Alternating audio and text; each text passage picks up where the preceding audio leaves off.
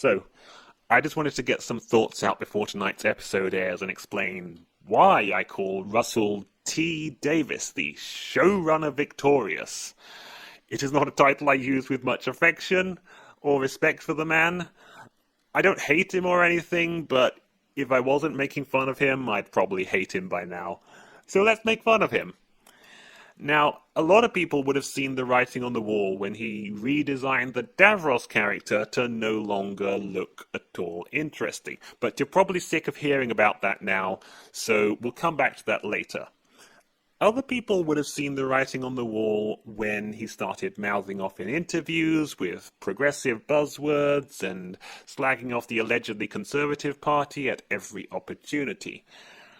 As for me, I saw the writing on the wall when I watched Years and Years, Russell's original sci-fi drama from 2019, which is going to look pretty dated soon when actual 2024 rolls around and is nothing like the show.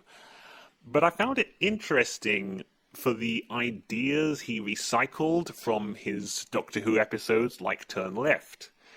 Now, to give a quick recap of Turn Left, it is one of, if not the most memorable episode from Russell's last season as showrunner, despite not having the Doctor in it, but that's kind of the point. It shows a horrible alternate world where the Doctor dies, and he's not around to stop the aliens invading. And as things go from bad to worse, the UK government starts rounding up foreigners and putting them in camps. This actually happens to someone that Donna has grown attached to over the course of the story, and it's an emotional moment. It doesn't directly impact the plot, but this is one of those rare moments in storytelling where, when you have the audience by the heartstrings, you can afford to go on a bit of a tangent to send them a message about the real world, without it coming across as preachy. Years and Years covers a similar dystopian theme, with the UK being subjected to natural disasters, a refugee crisis from foreign wars, a financial crash, and ends up electing a charismatic tyrant, who once again starts rounding up foreigners and putting them in camps. She even explains at one point how camps not designated death camps can be engineered to kill people simply by cramming them into squalid conditions where disease and starvation will finish them off. It very much felt like the story Russell was trying to tell with Turn Left, were it not for the constraints of it being a Doctor Who episode and having to have aliens and having to fit into a 45-minute time slot and a convenient reset button at the end. However, Years and Years has the very obvious real-world message that a charismatic tyrant could take over a Western nation at the drop of a hat. But the realistic dystopia that was created for this show is good enough to sell you on some of the potentially controversial messages. I liked Years and Years for what it was, but I wouldn't want Doctor Who to be like that. Dystopian and realistic. Sure, the odd episode like that, like Turn Left, is okay, but imagine a whole season of Turn Left. It'd be nigh unwatchable. I'd still watch it, but and if you think Russell Davies is not going to make this show overtly progressive, I'll have some of what you're smoking. His previous tenure on the show was not just woke by today's standards, it was as woke as he could get away with. I know this is going to sound stupid, but 2005 to 2010 was a very different time.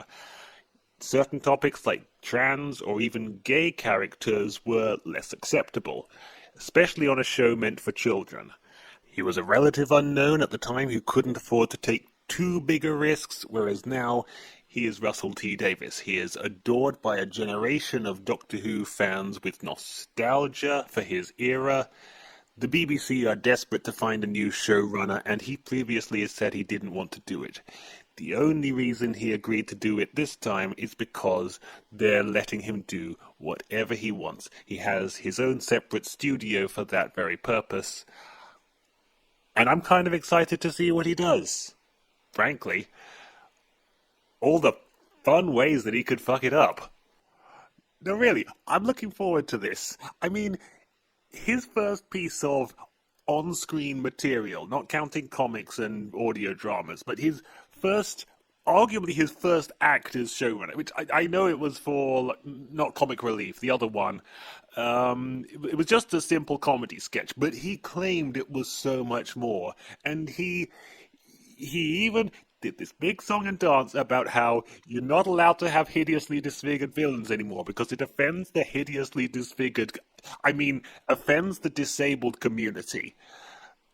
Fucking what? I mean, that is some 4D chess. That is some 8-dimensional snakes and ladders. That is 300, no, 10,000 IQ. Power move. And I am happy to see this blowing up in his face, as it would seem most of the fandom, over 3/4 of poll respondents, are against him on this, and anecdotally, it would seem at least half, possibly the same proportion of disabled people were either never offended by Davros's disabled representation or are actively offended by its removal. Daniel the Scottish Davros and Ian Levine, to name but two. But hey, their opinions don't count. The showrunner Victorious has spoken. In all fairness, there are people like Davies who approve of this change, but I pretty much already knew what his opinion was going to be before I read his tweets or saw a video.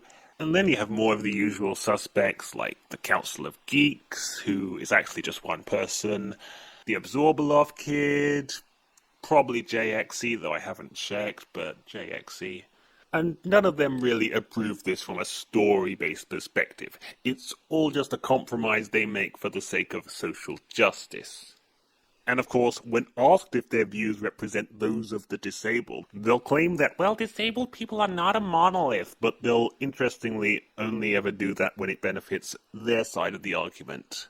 But at the end of the day, none of their opinions really matter either, because it's the showrunner Victorious who gets to make the choice. He's not just outlasted all the other showrunners, he's beaten them. And who else was it who became so obsessed with saving people to fuel his stupid little ego trip that he ended up doing more harm than good and realized the consequences of his action? Oh, wait! It was his own character from a previous episode. Yes, that's right. And you know what the best part of this is? It's that in the episode where this happens, the Doctor saves Adelaide Brooke, who was meant to die in the original timeline. She finds out about this and confronts him about it. Now, the Doctor makes all these excuses about how he's the last ever Time Lord and the laws of time are his to do as he commands.